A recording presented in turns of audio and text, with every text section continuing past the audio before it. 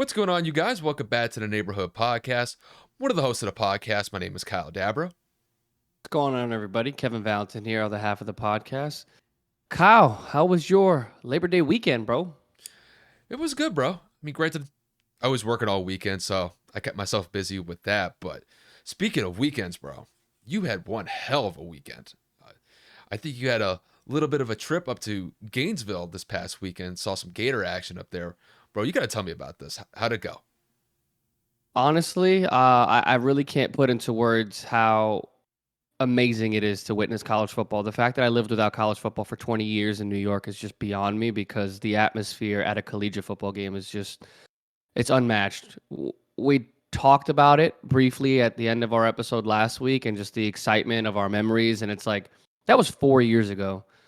This was just pretty much that same thing, but so much better because the significance of the game and how it ended was just incredible. I mean, for those of you that didn't see it, Florida pulled off the upset against Utah, the seventh-ranked team in the country, and we won 29-26.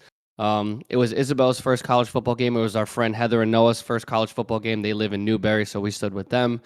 It was just electric. I mean, from pregame to tailgating to in-game experience to halftime experience to post-game, like just walking back to the car, the chanting, the screaming, just college football is truly, truly, truly undefeated. And I have been to NFL games and so many other professional sporting events, and there's just nothing like a college football game.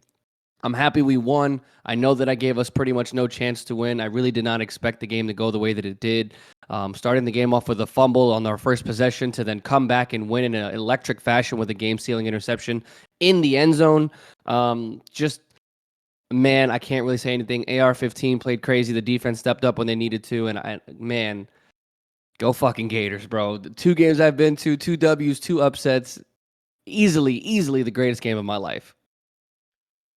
Kev, you had a prediction for this game. I did. Going into it before the game actually took place. Do you just want to refresh people's memory about what was your projected score between the Gators and Utah? Just refresh people's memory there. I mentioned that it would be 35-13, and I said that very animatedly. I said that because in favor of who? I believe that Utah was going to win by 22 points, by 3 touchdowns. That's a little bit disrespectful to your own team. And what was the first thing that I texted you after the Gators beat Utah? What was the thing? No faith in Caps. Yes. And it is okay to have faith. Because we even talked about it. I said, bro, I don't know if it's going to be that bad. I understand that you don't have a lot of confidence with them. But 3 touchdowns? You going to lose by? Nah. Even I thought you were kind of out of pocket for that. Listen, I thought between the inexperience of the team in of itself, right? You know, new coaching staff, Anthony Richardson, our starting quarterback, it was his first game starting at home, so I figured maybe the jitters would get to him early. Pretty much an entirely new running back core. The defense had lost a lot of big players, big names from last season. And then Utah had a lot of returning players. You know, obviously Rising comes back, and I genuinely thought it was going to be one of those games where an experienced team goes up against an inexperienced team. And I really thought it was going to be embarrassing. I mean, again, the way the game started with the fumble on the first possession said enough for me to say this is going to be a long night. Granted, it was a long but great night. We found a way to turn it around, man. Yeah, and AR-15, man, he really kind of took social media by storm, especially with that pump fake. Was it on a 2-point conversion? 2-point conversion. Yeah, that was nasty.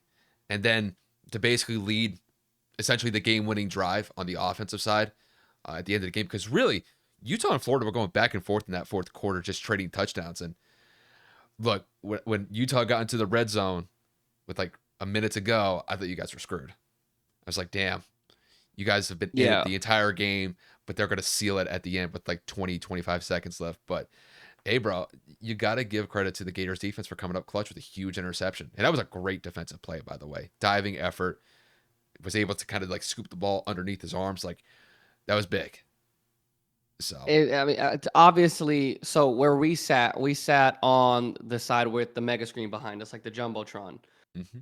So obviously the final drive was going away from us, so it got really difficult to see. So we kind of had to like turn behind us to like really see what was going on in specifics and then look at the other jumbotron on the opposite side of the field. But of course, I'm sitting there like squinting, trying to be stubborn, not really looking at the screens. I'm like, I know football.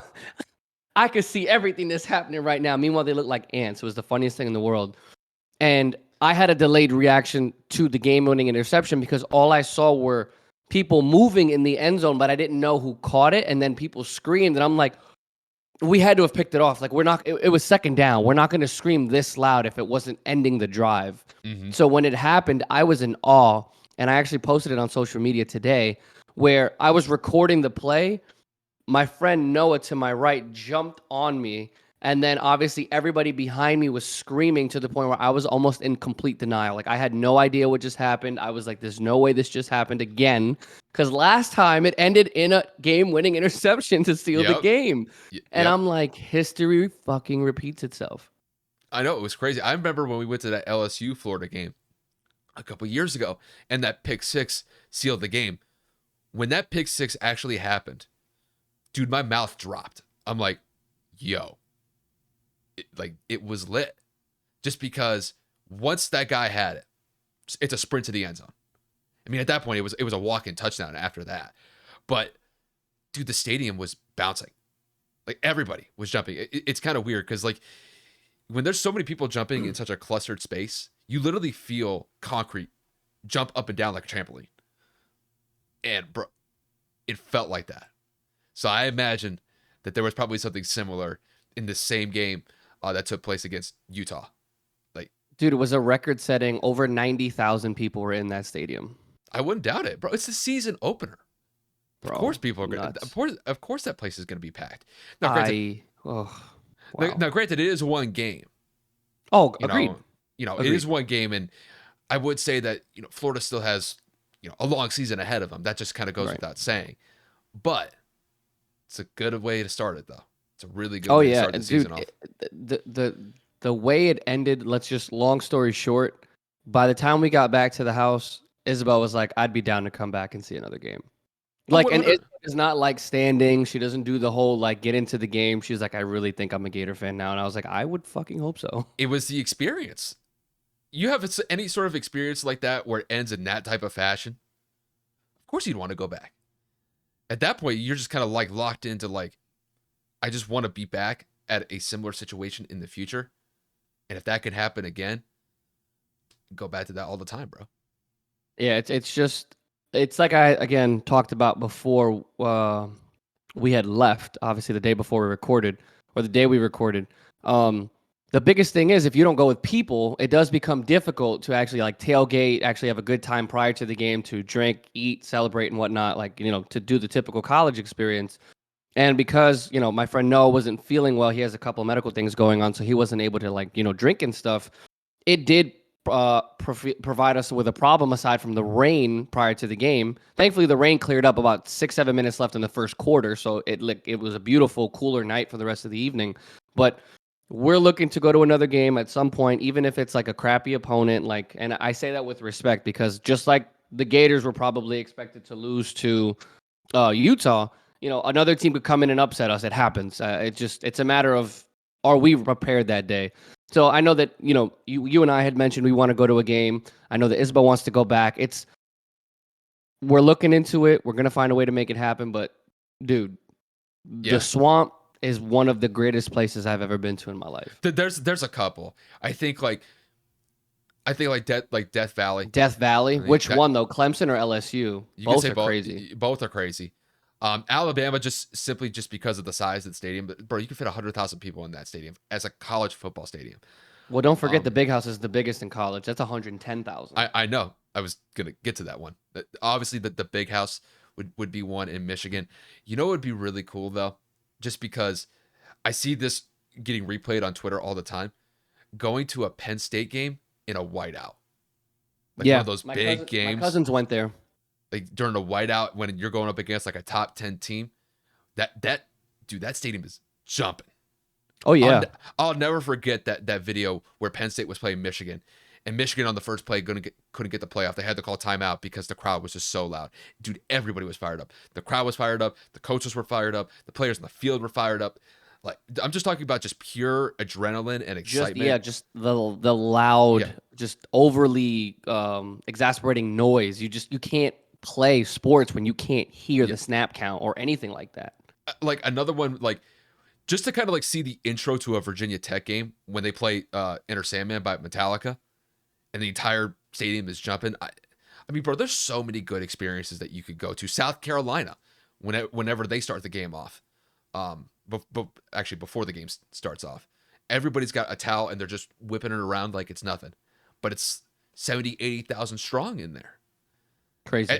It's just, it's like you said though, like when it comes to just the atmosphere itself, I don't think there's anything that could top a college football game.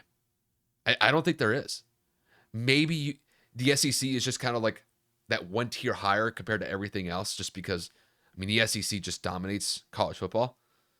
But yeah, like when you compare it to NFL football games, it's just not the same. It's not like that at all. Like, I mean, granted, a playoff game probably is crazy. Again, I've never been to a playoff NFL game.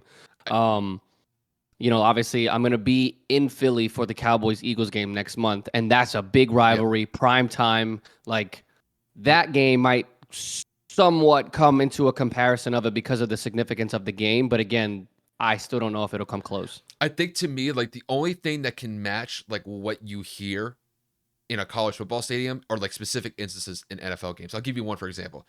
Remember the Minneapolis Miracle when Stephon Oh Diggs my God, cut. yes, games like that. I've never heard a stadium. I've never heard a stadium louder than that ever. And that's Um, indoors. That's a dome. I know, and that was a brand new stadium too. Um, Maybe like Malcolm Butler picking off Russell Wilson at the end of Super Bowl 49. Stadium was going nuts. Another big Um, moment. The Santonio Holmes catch. Plaxico Burress getting the game-winning touchdown against the Patriots in Super Bowl 42 when the Patriots were going for the perfect season. Um, Maybe the Patriots winning Super Bowl 51 against the Falcons when they had the 25-point comeback. I mean, there's like specific instances that you could point to, like in an NFL stadium, that can match what you typically get in a college football stadium, but it's not the same. It's not prolonged. It's just specific moments. Yeah. So, and you could kind of point to even specific moments that have taken place in huge college football games, and you could say that those could even out rival the ones that I just brought up in the NFL. I mean, there was one I was watching on Instagram earlier today. Do you remember when Auburn had like that miracle season where they got all the way to the national championship, ended up losing? I forgot who they Florida lost State. I think it was in 2014. That was the Jameis Yeah, year. Jameis.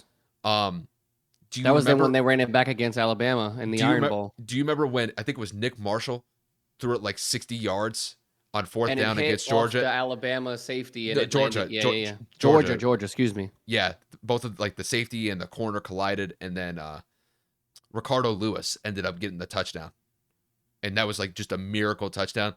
Like the stadium, like when it came to just the crowd noise and just the atmosphere, bro, I could put that up against anything else. 100%. Same thing with the Iron Bowl that year when Auburn beat Alabama. Same thing on the kick return. The missed field goal return, yeah. Yeah, like bro, college football is just different when it comes to experiences, and I think that just kind of goes without saying. I could talk about this all day, so we definitely should move on. Oh yeah, for sure. But bro, we got some decent topics to go to. Obviously, we're gonna be focusing on the NFL just because the NFL season kicks off on Thursday. Finally, it's here. We've been waiting freaking 8 months for this point. Well, 7. I take that back. 7 months at this point. And Kevin and I are just super excited to get back into gear for the NFL season. The first game that is going to kick off the NFL regular season will be the Bills versus the Rams. Just to kind of give you guys a quick rundown of what these teams did last year. Obviously, when it comes to the Rams are coming off of a Super Bowl title last year, beating the Cincinnati Bengals in Super Bowl 56. And then to kick it over to the Buffalo Bills, the Bills had a solid year last year, got to the AFC divisional round where they had a heartbreaking loss to the Kansas City Chiefs. The Bills were up in that game with 13 seconds left, and they gave up a game-tying field goal to send it to overtime, and then gave up the ensuing game-winning touchdown that knocked them out of the playoffs. So it's a new year.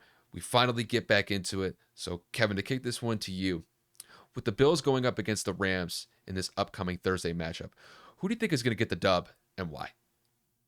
So this is a tough one for me, man. I really do believe that Buffalo is going to find a way to turn around this year because of how bad their season ended, because of the narrative that fell behind Buffalo not being able to make a stop and supposedly having the league's best defense at the time.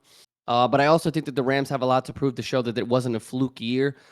Matt Stafford is riding a high. Obviously, the defense of the Rams has only gotten stronger with the addition of Bobby Wagner. The addition of Allen Robinson. I mean, you can really make an argument that this Rams team might be better than it was last year. And that's going to be a hard season to replicate because obviously Cooper Kupp had a historic year himself. So I'm looking at this and I'm saying this game may come down to the wire. I would safely assume that the Rams are going to win this game just because I think that the Rams defense is a little bit better than the Bills. And that's saying a lot because the Bills also added Von Miller as a pass rusher who actually left from the Rams. And I think that, I think Matt Stafford and those boys just have a better receiving core. I think that they actually know how to run the ball as opposed to Buffalo. Kyle and I have talked about this 100 times. Buffalo would rather throw the ball 56 times and run it 17 times. And out of those 17 times, Josh Allen will have maybe like 10 or 11 of those rushes. Until Buffalo can run the ball at a consistent basis, until their defense can make stops when it matters, I think with the Rams being the defending champions and them being the team that they are and having just a better team on paper and what I would assume personally, I think that the Rams win a close one, man. I think it's going to be somewhere along the lines of like 28-24, 27-24. But I think that the Rams get a win opening night, and I think that that starts their road to try to repeat as Super Bowl champions. These opening games are always tough to pick just because I think there's always kind of like this propensity to pick the team that just won the Super Bowl last year to win that first game of the year. But sometimes it doesn't always work out like that. And sometimes those road teams can play spoiler and go on the road and get a huge win to knock off the Super Bowl champs in the first week of the year. And I've been kind of going back and forth on this one because I could see both teams winning this one in a pretty close battle. But I am going to go with the Rams in this one simply just because, like you said, Kev, I think they just have a little bit of a better roster. And I think with the additions that they made on the defensive side of the ball this offseason, I think that's going to be the difference maker. I mean, just because, when you look at the Rams last year, I mean, they had a successful year last year going all the way to the Super Bowl in Matt Stafford's first year as the quarterback for the Los Angeles Rams. And it ended in spectacular fashion with them beating the Bengals in Super Bowl 56. And then going into this offseason, I think they made some solid moves. Getting Bobby Wagner from the Seattle Seahawks, I think that's a great adjustment on the defensive side because when you look at their defense on all three levels, at the D-line, the linebacker position, and on the back end, like the safeties and the corners, they have an all-pro at each level. You have Aaron Donald, who is just a force of nature up front. You have Bobby Wagner, who's been probably the best linebacker in the last decade. Just what he consistently does at that linebacker position is something to behold. And then you got Jalen Ramsey on the back end, who's been one of the best corners in the league for the last 5 years.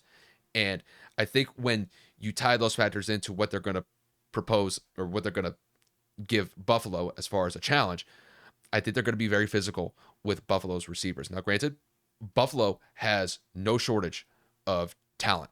They have Stephon Diggs, who's coming off of a great year last year. Gabriel Davis coming off one of the best wide receiver performances I've ever seen in any game, not just in a playoff game last year against the Chiefs, but just of all time. The guy had 4 touchdowns and almost 200 yards receiving. The guy was a freak of nature in that game. And I imagine that Josh Allen is going to have a chip on his shoulder because of how bad their season ended when they were literally 13 seconds away from going to an AFC championship game. But when I look at what Matt Stafford and that Rams offense is going to do, I think they're just going to be consistent. I think they're going to be able to get consistent drives against that vaunted Bills defense. It's not going to come easy, but I do think that Matt Stafford is going to be able to get the Rams offense into position to score touchdowns consistently. I think as long as they're able to run the ball effectively with Cam Akers and Darrell Henderson, I think that's going to be a solid formula to work with here. Obviously, Cooper Kupp coming off of the fantastic year that he had last year, I expect a similar type performance just to start out this year in week 1. And having Allen Robinson coming into the fold alongside Van Jefferson, Matt Stafford has great targets to throw to. Like I said, I think this is going to be a close game. I think this is going to be a battle back and forth between the quarterbacks with Matt Stafford and Josh Allen, but I am going to give the edge to Matt Stafford in this one. And Kevin, I'm right along with you on this one. I think it's going to be like a 3 or 4 point game. I'm going to say this one's going to be like 31-27 when it's all said and done, but I do favor the Rams in this one. I'm going to throw it out there.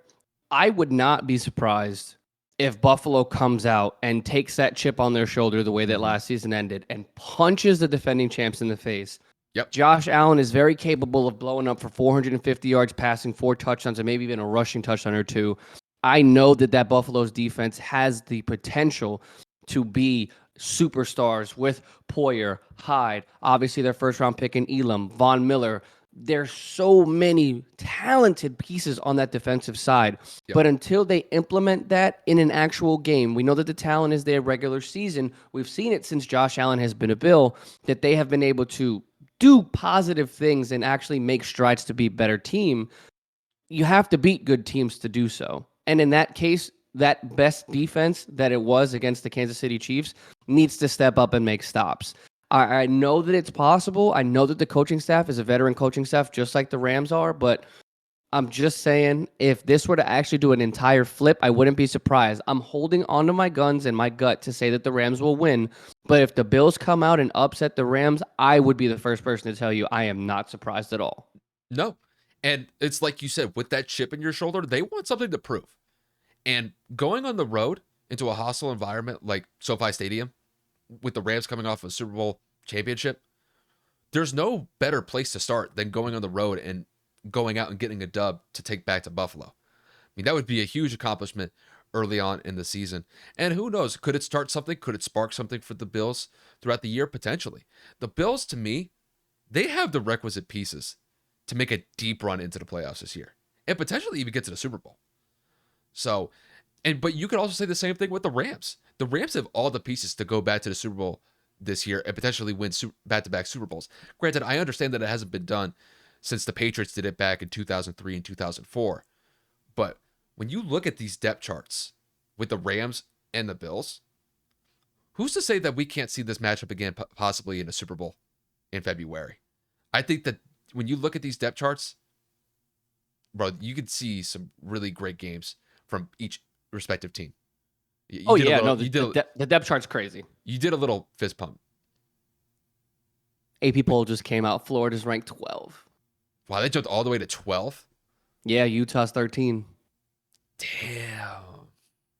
And Florida was unranked. Yeah, I know. New AP poll just came out a few minutes ago. Alabama's one.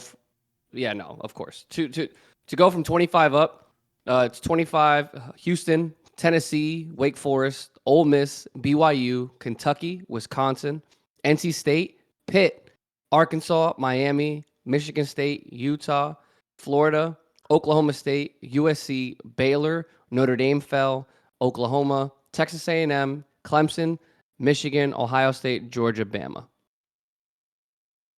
It's not bad. It 100% should be Georgia 1. I don't care what anybody says. Bama played a no-name school. Georgia played the Oregon Ducks and blew them out by like 45 points. Yeah, they won by 6+ touchdowns. There's no, like, I am so tired of this Alabama narrative. I'm absolutely positively over it because Georgia beat Bama when it mattered most, and they blew out a ranked opponent. Like, Oregon's not even, Oregon's not even ranked anymore. They knocked them from a top 15 rank. They were 11. They were 11. They knocked them off the ranking. And we're sitting here, we're putting Alabama 1 because they beat a random hole-in-the-wall school. I think they beat Utah State, right?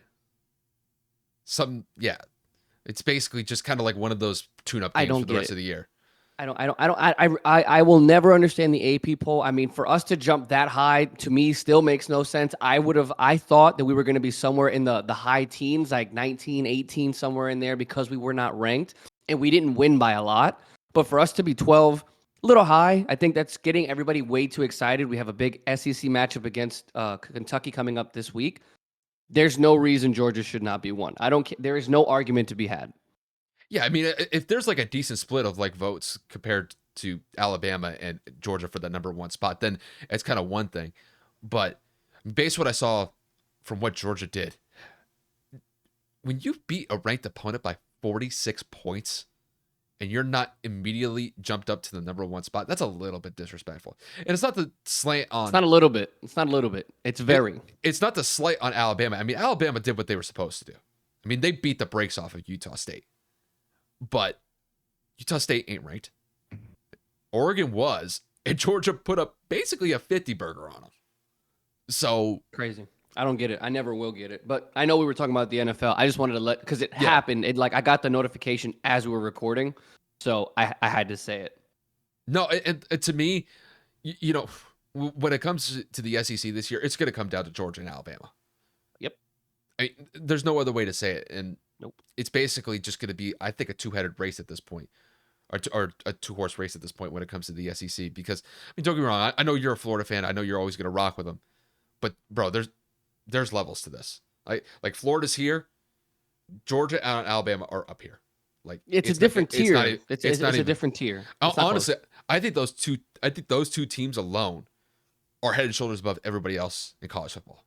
Yeah. I mean, Ohio State you would consider to be up there, but Ohio State it's not that they barely won, but they didn't beat Notre Dame like they should have. Like they capitalized on a better second half, but they looked like they struggled. Exactly. Yeah. But it's also the first game of the year. And to me, this is one thing that we have to kind of have to keep in mind here.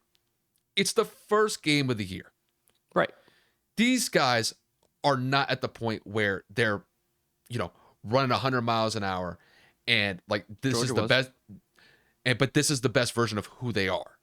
That's the scary part. This may not be Georgia's best team yet. Like, granted, I know like all the players are going to be on that team, but give them 2 months in. Could they even be playing at a higher level than what they're at now? Yeah, they could be. And that's scary enough. But it's the same thing with Alabama. I mean, Alabama put up, 60 against Utah State, right? But we'll see if that can carry on for the rest of the year. And that's the thing. No, is I always base it off of this. The first month of the year, teams are still figuring it out. They have to figure out which personnel groupings are going to work out the best and, interchanging guys in good rotations, just based on the situation, whether it's offense or defense. But to me, you could basically kind of throw out the first month of the year anyway, just because there's a lot of adjustments that takes place on the rosters and when it comes to the personnel groupings. To me, it starts getting real mid-October, November. Yeah. Then at that point, you're running and gunning at that point. And then maybe like early December. Early December, you're basically playing your championship games anyway. But, to me, the biggest stretch comes from middle October all the way to the end of the season to the championship games. I'm not talking about the bowl games. I'm talking about the championship games in each conference. Yeah. But overall, no. Georgia, to me, should probably be the number one team off of that performance alone. 46-point win against a ranked opponent in Oregon. I will say this. They at least got the fact that Oregon should not be ranked after that. They got that right. Yeah, at least. Yeah.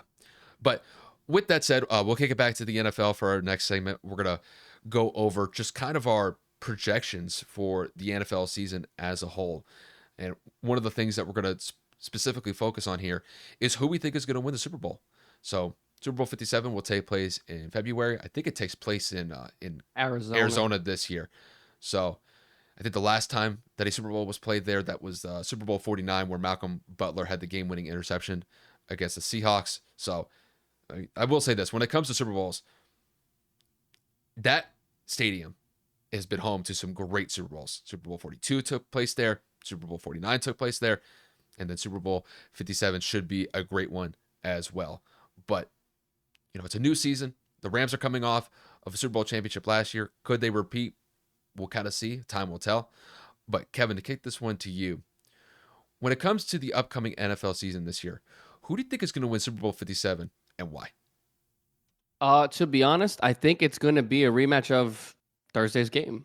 I think that the Rams are the best team in the NFC. I think Tampa's gone through too many injuries on the offensive line, and they're going to have to keep Brady upright. It's going to be very, very, very difficult to do so. Their secondary has been exposed a multitude of times, so unless they make adjustments, I don't know how that's going to work. Green Bay has no offensive receivers. I'm not worried about them. Minnesota doesn't have the experience. I think Philadelphia will probably fall short just because, again, Jalen Hurts is just not ready to make that jump. So when you really look at the top 6, top 7 teams in the NFC just from last year, I believe the Rams still beat those teams out without a doubt. And truthfully, I think that obviously it's going to come down to somebody in the AFC West in the AFC Championship versus the Buffalo Bills. I really, really have this weird gut stomach feeling that the Bills are going to look at last season and say that they should have been that team to go into the Super Bowl as the AFC. They are probably going to look at it and say we could have beaten Cincinnati. And I think Josh Allen's going to have an MVP caliber year. I know that he lost Cole Beasley. I know that Emmanuel Sanders is no longer there. I think Stephon Diggs and Gabriel Davis and I think Dawson Knox are going to have an absolutely incredible year. Obviously, they have Dalvin Cook's little brother at the third string tailback, Devin Singletary, Zach Moss. They need to put an emphasis on running the football this year without their star franchise quarterback. And then, of course, with the defense getting better with the acquisition of Von Miller and drafting the number one pick, their number one overall pick out of, not number one overall, excuse me, their first round pick out of Florida and Elam. I think that he is going to add some significant depth to an already scary secondary. And I really think that they're going to ride that wave all the way to the Super Bowl. Now, who ends up coming out on top? It's very hard to repeat. It is very, very difficult to go out there and actually take that opportunity to go back-to-back Super Bowls in and of itself.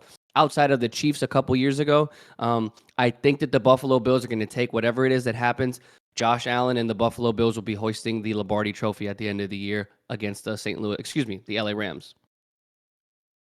Kev, you basically took my thunder here. I got the Bills winning this thing too. To me, when I look at it, everything that I was going to say was going to be predicated on the fact of how hurt they probably were after that AFC divisional round loss last year to the Chiefs. Because to me, that is something that could spark a team to be a better version of what they thought they were last year. And that could just propel themselves all the way this year. And when I look at the AFC as a whole this year, I mean, the AFC is stacked. And the Bills are right in the mix with that. I think some teams you also have to kind of consider that are going to be a threat to the Bills this year. Obviously, the Bengals. The Bengals are coming off of a Super Bowl appearance last year. They lost to the Rams in Super Bowl 56. And the Bengals made some great adjustments on their offensive line to better protect Joe Burrow. And there's a very good reason for me to also say that, just because of that alone, that Bengals offense with Joe Burrow and Jamar Chase, T. Higgins, can go out there and have a better year than what they had last year. You look at the Chargers out in the AFC West. You have Justin Herbert, who's coming off of a 5,000-yard passing season last year with great targets to throw to with Keenan Allen. They re-signed Mike Williams this offseason. And you have Austin Eckler out of the backfield. That Chargers offense is going to be super explosive and a dangerous threat to contend with going into this year. Obviously, just to kind of keep it in the AFC West, Patrick Mahomes is still a threat. I understand that there's been some turnover. Tyreek Hill is no longer there. They brought Juju Smith-Schuster in. So there could be a little bit of turnover with the Chiefs as far as their standing in the AFC West, but they're still a threat to me just because Patrick Mahomes is capable of being Superman and could carry that team as far as he's willing to take them. And then when you look at the AFC South, the only team that I could probably consider as a threat to come out of the AFC who's like going to be like a top team would maybe be the Titans, but even that I think is a stretch. I think the AFC South is pretty much kind of out of contention when it comes to being a legit contender for the top of the AFC. Careful. Don't get me started with the Colts. I don't think the Colts are there yet. Maybe next year, but I don't think it's this year yet. I know. And then to kind of kick it to the AFC North, it's just the Bengals to me. The Bengals are probably the only team I could say coming out of the AFC North that are really going to contend with any of the top tier teams in that conference. I don't think Baltimore is ready just because I think Lamar's going to be carrying that. He's going to be carrying the Ravens too much. The Steelers are dealing with a quarterback carousel with Mitchell Trubisky being the starting quarterback coming off of Ben Roethlisberger's retirement. I just don't see that happening. The Browns are not going to have Deshaun Watson for the first 11 weeks, so you can pretty much throw them out. And I think when it really comes down to it, I think it's going to come down to the Bills, the Chargers, and the Bengals. Those are the three top teams in the AFC this year as far as I see it. But I think the Bills are going to take it all the way this year.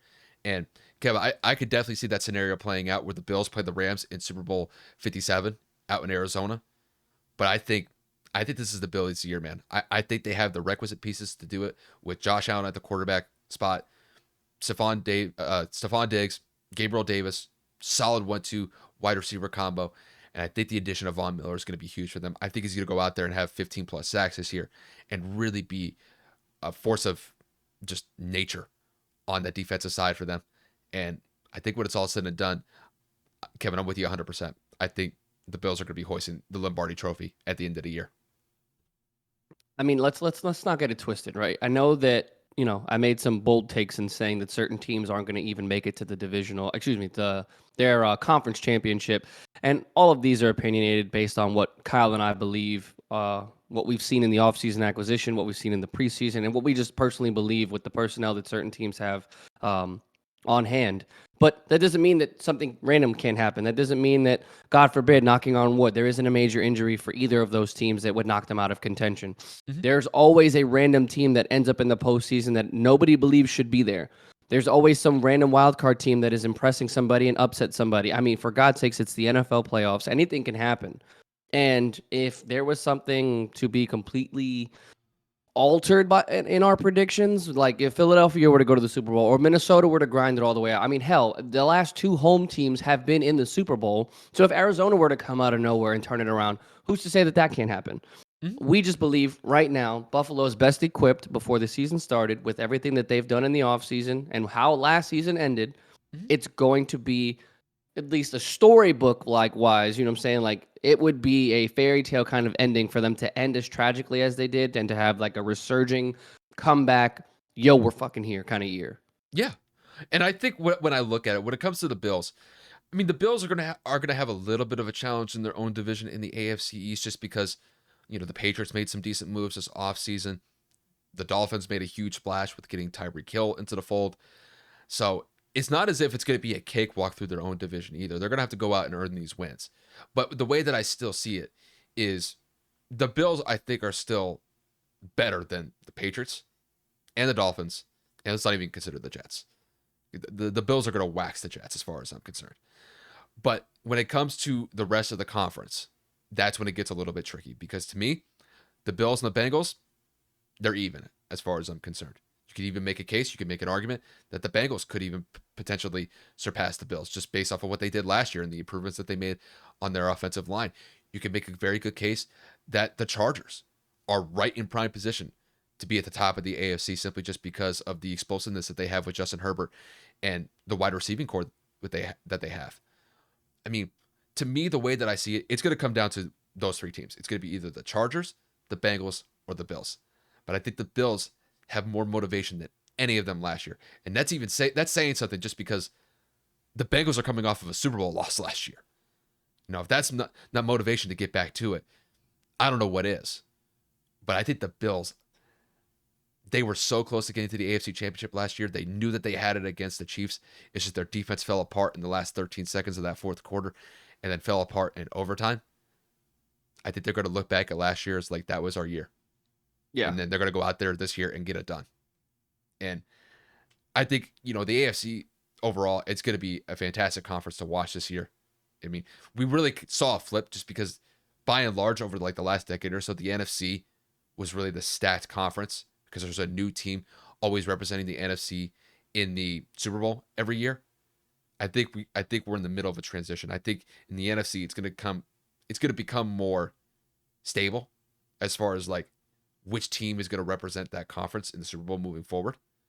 But I think in the AFC, you could potentially have a new team representing that conference every single year in the Super Bowl. Just because the amount of talent that's in the AFC right now, especially the amount of young talent that's in the AFC as a whole, Yeah. I think that's going to be a big difference maker. I actually disagree with the NFC statement just because the best quarterbacks in the NFC are both older. Tom Brady's on his last legs. I'm not saying he's going to, decline or anything like that, but Tom's on his way out. Rodgers is on his way out. I mean, outside of those guys, the rest of the NFC quarterbacks are young. Jalen Hurts is young. Kyler Murray is young. I mean, Matthew Stafford is younger-ish, but he's also getting up there in age. So at the end of the day, like it's going to end up changing hands. I mean, you have Jameis Winston, who apparently is a dark horse to win the MVP this year per some ESPN analysts, which is interesting in and of itself, but we're not going to get into Bart that. Scott. Hey, I didn't want to drop no names. It makes no damn difference. It's just a weird take for me, honestly. Then Kirk Cousins, he's no spring chicken either in the Minnesota Vikings. He's in his 30s, so it's like legit. I think that after the next 2-3 seasons, you're going to see that the AFC and NFC are going to even out in terms of youth because the vets that are left in this generation or from our generation are gone or going to be gone. It's going to all be those younger, high flashing, like high mobile quarterbacks that are going to be trying to make a name for themselves. And I don't know. I think after the next 2-3 seasons, you're going to start to see it start to fluctuate all over again. So right now there's a heavy shift and balance in terms of the AFC having more favorable quarterbacks, more talent, but give it a couple more years, you're going to see it start to teeter it right back over because it's just once they're gone, it's literally going to be all right. Well, who's going to come? Somebody has to come out the NFC. Someone's got to step up. Yeah. There's got to be a team that shines. Yeah, it's just I think the way that I see it moving forward is with the amount of young quarterback talent that's in the AFC. I think that's a factor that we have to kind of take into account here. Just because, I mean, to me, there's always going to be top tier teams and then second tier teams in each conference. But to me, when I look at the AFC compared to the NFC, the amount of top tier teams that are in that conference compared to the NFC teams, I think it's a night and day difference. Just because they're younger, they're more explosive, they're more hungry. And going out there is something to prove. It just kind of becomes a part of the process. And I think overall, there's just a higher number of teams that I could look at, and I can make a very good argument that this team could potentially be a Super Bowl team, not this year, but maybe next year or 2 years down the road. You could make that case with a bunch of teams. You could look at the Patriots. I understand, like, I'm a Patriot fan and whatnot, but 2-3 years down the road, could they potentially be in a situation where they could be possibly a Super Bowl contender? Yeah, the Bills are probably still going to be there. Chiefs are probably still going to be there. The Broncos are definitely in that mix now just because they added Russell Wilson into the fold.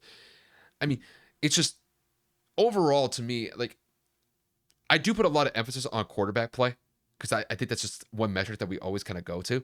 You have to. When I look at the AFC, there's just a better range of quarterbacks than the NFC. The NFC is really weak on quarterback talent right now compared to the grand scheme of things. But defensively, that's what goes out and wins championships. And the way that I see it right now, I mean, the Rams have a really good defense, but the Bills have a really good defense. The Steelers have a great defense, but their offense sucks. So it is kind of dependent on the offense to kind of propel you to get to a decent status as just far as, going out there and being a contender. But if you don't have a good defense to pair that along with, I don't think you're going to get that far. But overall, it's just, I'm still of the mindset that the AFC is just far more superior than the NFC at this point in time. And that's why I think you're going to see a lot more parity in the AFC. I'm not saying that there isn't going to be parity in the NFC when it comes to teams representing that conference. I think that overall there's going to be a higher degree of parity in the AFC just because, I mean, a lot of those teams are just going to go to war with each other. And at that point, it's just kind of who's left at the end. Right. That's going to be every year for at least the next 5 years. Agreed. Just because the AFC teams are relatively young when you look at it. So I know kind of probably made more of a conversation out of that than we needed it to, but overall, that's just kind of the state of how I see things. Yeah, I mean, and since we're kind of like on that topic of like AFCs and winning high-powered offenses, that's a perfect transition into our next segment. So obviously we've been doing this top 5 of every position, and we figured we'd save the best for last with the season officially kicking off on Thursday. So this is probably the biggest top 5 that we're going to ask, and this is going to be one that's going to be heavily scrutinized just like everything else. But Kyle, the pressure's on you. The clock is running. Who do you believe is going to end up being within your top 5 quarterbacks for the end of this season? Well, the way that I see it from 5 to 1, I'll just start at 5 and then work my way down to number 1. So number 5, I've got Matt Stafford. I think that Matt Stafford is perfectly in this list just because overall, he's coming off of a year where won a Super Bowl. First year with the Rams was absolutely incredible. Had one of the best statistical years in his entire NFL career, and it resulted in a Super Bowl. Had one of the best wide receivers to throw to in Cooper Kupp last year, and just the duo that they had, or really the chemistry that they had last year between Matt Stafford and Cooper Kupp. I think it was just magic last year, and I expect that to continue. And not only that, the Rams went out to get Allen Robinson on top of it to add another layer to that wide receiving core to replace Odell Beckham since OBJ isn't there anymore. I think that Matt Stafford is going to go out there this year and just continue the level of dominance that he had last year, which resulted in a Super Bowl and could very well result in another Super Bowl appearance by the end of the year. So that's at number 5. At number 4, I have Josh Allen. Josh Allen had a great year last year. And when it came to the playoffs last year, when they went up against the Chiefs, he was phenomenal in the AFC divisional game. Granted, it didn't result in a win. They got knocked out by the Chiefs in a very heartbreaking loss, but it was not because of Josh Allen.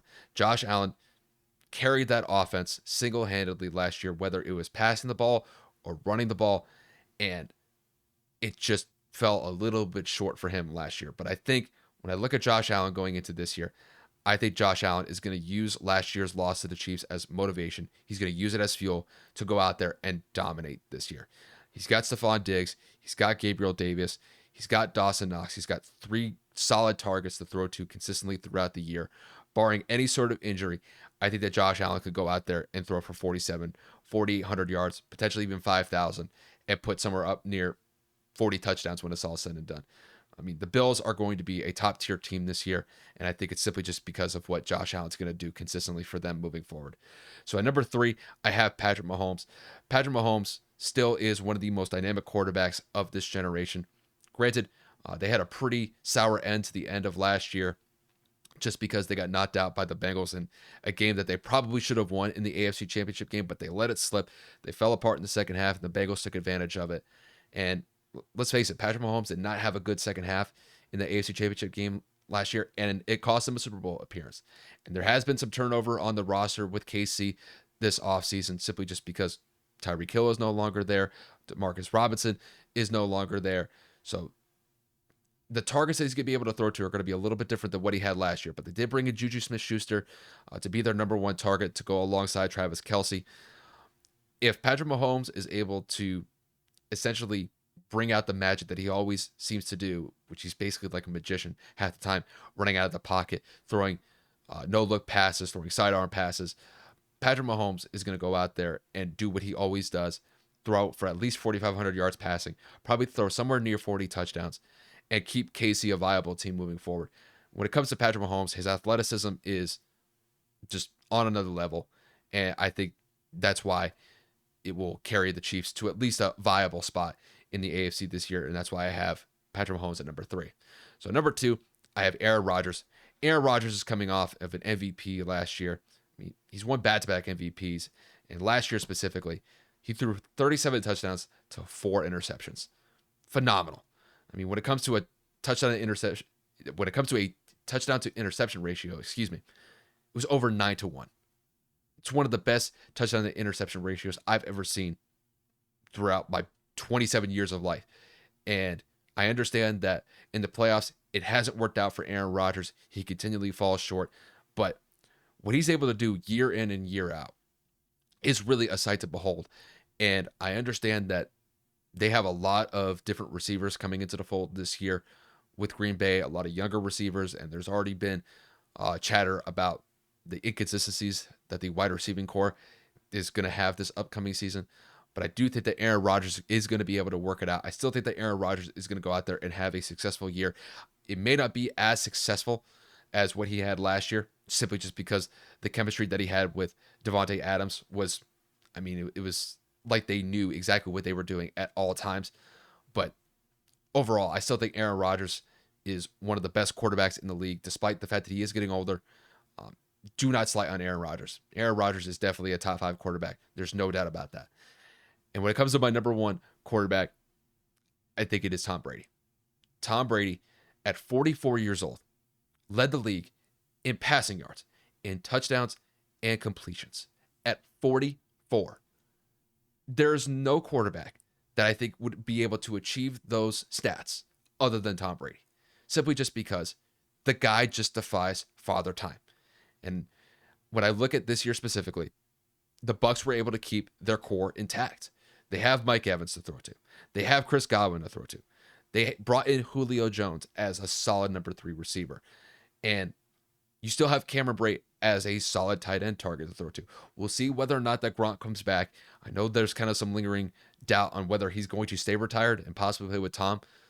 But even without Gronk at this current moment in time, Tom's going to have some targets to throw to.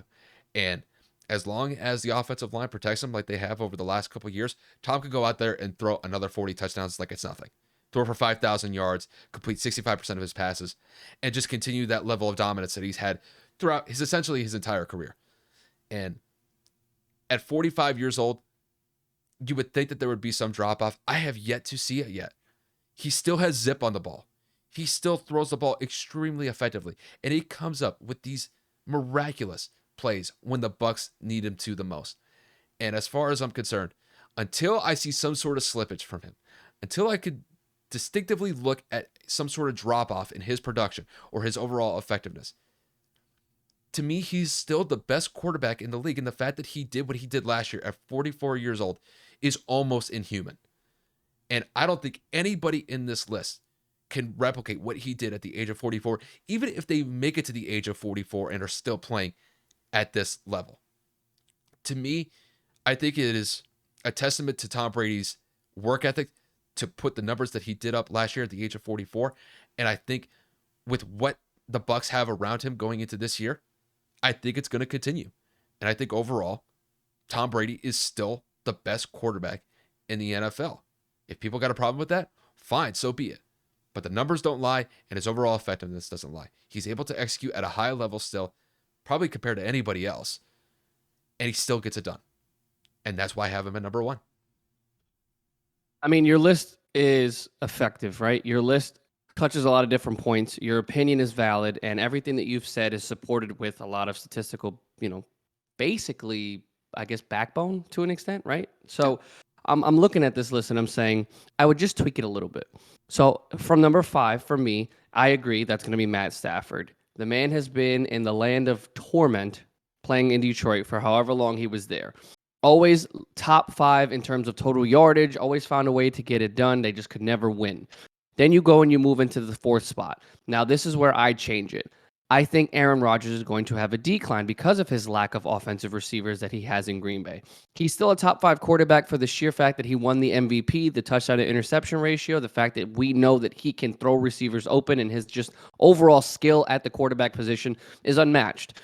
So I will 100% agree because of his resume and what I think he can still do. He has to be in that top 5 category.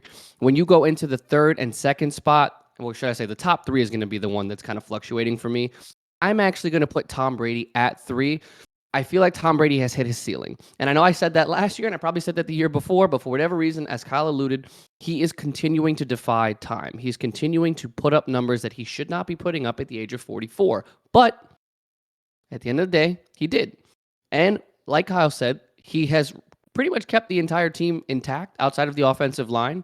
So I think that if they can keep him upright, he will still continue to be a top 3 quarterback. But in terms of where he can go, how he can excel, where he has room for growth, the further the season, the further his career, even though he's played over 20 years already, would go, there is no more ceiling. He's already a 7-time Super Bowl champion. He's already won multiple MVPs. Like, he has had probably the best season anybody above the age of 38 could possibly have.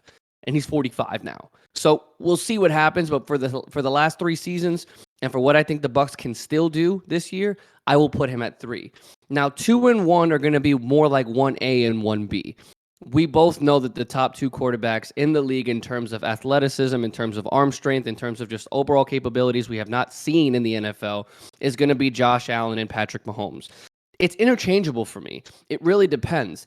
I think personally right now, 2 is going to be Pat and 1 is going to be Josh, just because Pat has lost so much in the offseason.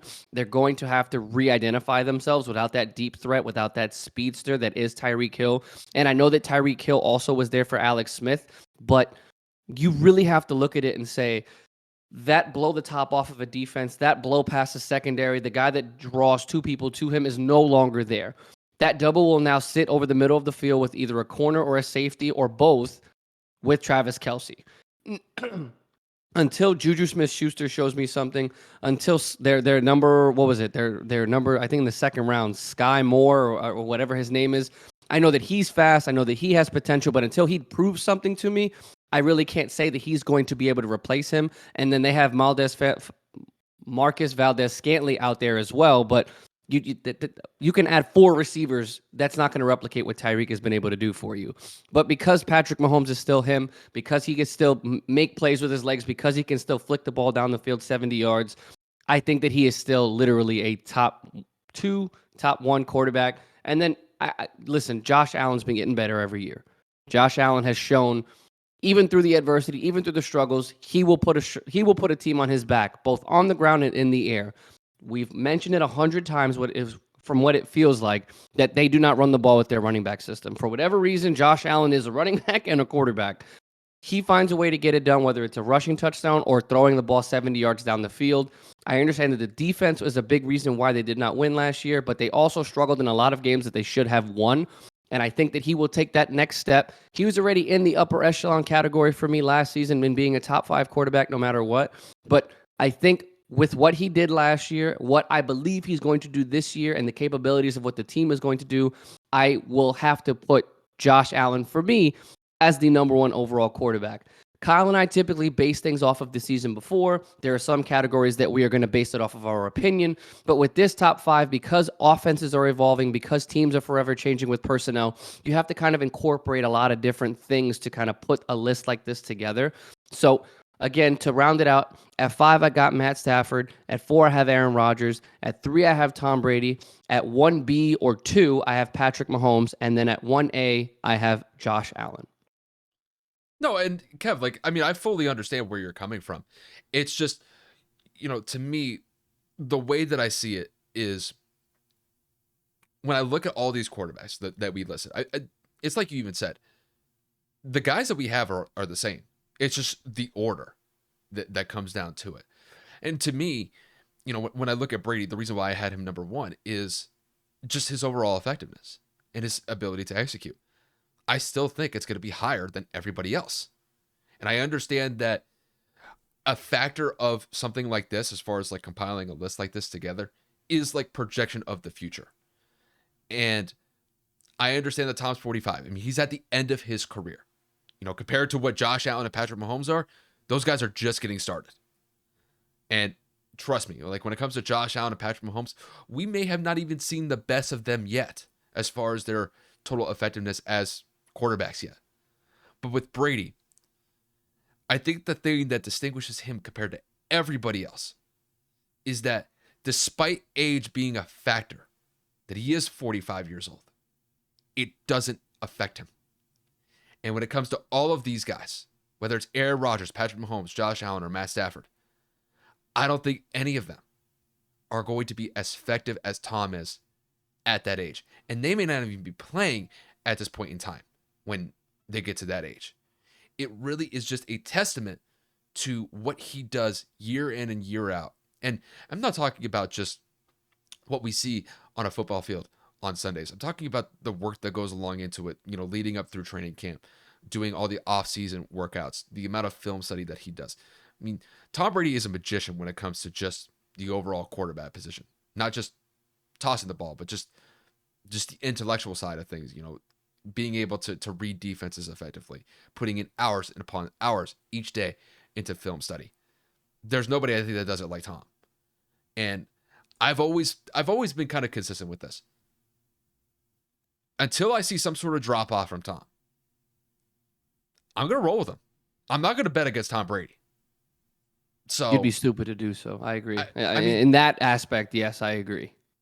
And to me, like it's that specific point. I have to see a drop off. I have yet to see it. Does he have the same amount of zip on the ball? Yeah. I haven't seen any drop off in his ability to throw the ball fast or have some zip on the ball. Is he still completing it upwards of 65% or more? Yeah, he threw for almost 68% last year as far as his completion percentage goes. Threw for over 5,000 yards. Had 5,300 yards, if I remember correctly. 43 touchdowns. matched his total touchdown mark from the season prior. Like, the guy is just an anomaly. And until I see a drop off, I'm not going to bet against him. He's a walking history defier, like quite literally. He should not be doing what he's doing at the age that he is with the sport that he's playing. This isn't golf. This isn't tennis. This is literally one of the most physical sports that is around in the world that isn't rugby or hockey. And he's out here playing it at the highest possible level. And before we venture off into something else, I did want to mention, for those of you that are going to come at us, which they always do, dude, Justin Herbert, Joe Burrow have been in the league 2 years. Justin Herbert hasn't been to the playoffs. Joe Burrow has played the equivalent of a season and a half. And yes, they did go to the Super Bowl last year. We need to see more consistency from these players. Mahomes has a Super Bowl. Josh Allen's been to an AFC championship and has been in the league and has gotten better every single season. Tom Brady and Aaron Rodgers speak for themselves. Once again, multiple-time Super Bowl champions. And then, of course, you have Matthew Stafford finally getting into this list after, 33, 34 years old, however old he is. It's taken him this long. I will not, and I repeat, I will not put someone that has been in this league for less than 3 seasons on this list without some form of hardware or consistency at all. Justin Herbert's getting better. Justin Herbert is ascending. Justin Herbert is probably one of the best quarterbacks under the age of 25, in which we've done that list already, but he has not cracked the top 5. They're top 10, 100%. But until they show me 3, 4, 5 years down the road, they're going to continue to do this. They're going to compete for MVPs. I'm not going to put them in this list. Russell Wilson has to show me he can do it with a new team. Lamar Jackson has to show me he can stay healthy and do it without a receiving core. There's a lot of talented quarterbacks out there. But to put them in this upper echelon of this group of 5, that's a tough list to crack. And I'm not going to put anybody that's under basically the age of like 26 on this list that doesn't have some form of hardware or that has actually carried a team to a victory like a Josh Allen, because again, everybody on the list has a Super Bowl except for Josh. Hopefully that changes this year with our prediction. But yeah, I wanted to clarify that before this went crazy. I can't put Justin Herbert and Joe Burrow in a top 5 yet, simply just because Matt Stafford came off of a Super Bowl winning year last year. I mean, that has to count for something. And to me, when it comes to Matt Stafford, I'm of the mindset that he's always been kind of slighted as like the top tier quarterbacks as far as like the top 5 go, just because of the association that he had with Detroit for over a decade. Correct. Granted, statistically speaking, you can never slight against him just because he was putting up numbers every single year with Detroit in what I consider Detroit as like a black hole in the NFL.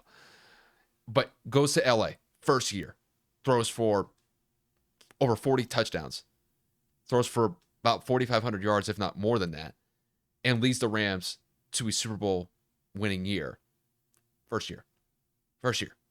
And if I'm not mistaken, he was the best quarterback in the playoffs in the fourth quarter. Like, he was like almost perfect. I understand there's a lot of hype about Joe Burrow. I understand there's a lot of hype about Justin Herbert just because of what's their upside. They had great years last year. Joe Burrow went to the Super Bowl in his second year. Justin Herbert threw for over 5,000 yards in his second year. Why aren't those guys considered in the top 5 yet? They weren't able to accomplish what Matt Stafford did. Statistically, Justin Herbert may have had a better year than Matt Stafford, but Matt Stafford won a Super Bowl and put up comparable numbers. Why isn't Joe Burrow better than Matt Stafford? Well, Matt Stafford put up better numbers and beat Joe in the Super Bowl. That's a factor. And then when I look at the rest of the list, 4, 3, and 1, I mean, you can make a case about all those positions as far as, who should be in those slots. But, I mean, I'll just say it again. Until I see Tom take a drop off, I'm not going to bet against him. I'm just not. And it's like you said, I'd be an idiot if I was going to do that. Yeah. So I'm not, it's just, at some point there will be a drop off, or if he just retires, then we'll never see the drop off. But I can't bet against him. I can't. Nope, not at all. But, guys, that's going to wrap it up for us today. We're recording a little early, obviously in the middle of the day. By the time you guys see it, it'll be tomorrow, so it doesn't really matter. But I actually got to get some stuff done for work. I had a little bit of time before my next meeting, and I know that we really wanted to get this out there because the next couple of days are going to be crazy. Football starts legitimately Thursday. Tomorrow, Kyle's got work. Tomorrow, I got a lot of stuff to do because I'm now back from my little vacation. So we're going to get as much content out to you guys as humanly possible within the next couple of weeks. But just know we're going right back to our routine schedule, getting the recording on a Sunday after the games, getting our recording on Thursdays after the game, and then, of course, somewhere in the middle of the week, getting a couple of segments. So just expect a lot of stuff coming from us over the next month or two. But we really, really, really wanted to get this to you since we weren't able to record Sunday because I was out, and yesterday I didn't get in until basically 1 in the morning. So other than that, man, again, like always, guys, we really appreciate the support, and obviously the partnership with Electrocast is going to begin shortly. So we'll be letting you guys know where to find all of our updated information from there in a couple of days. But I mean, Kyle, do you have anything to close it out for me, bro? No, you made my job a hell of a lot easier. So, bro, you could take this one on home for me. All right. Well, guys, as always, thank you for the support. We'll be seeing you again Thursday evening. Hopefully, we'll be able to get some content to you by early Friday morning, just because if that game ends up going to overtime or something, us recording at 1, 2 in the morning is probably not going to be the best idea. But we'll keep you posted because, we tend to do some crazy shit on this podcast. So, Yeah, exactly. With that being said, you guys have a great rest of your week. Hopefully, everybody had a great Labor Day weekend. And Kyle and I will see y'all soon. Peace.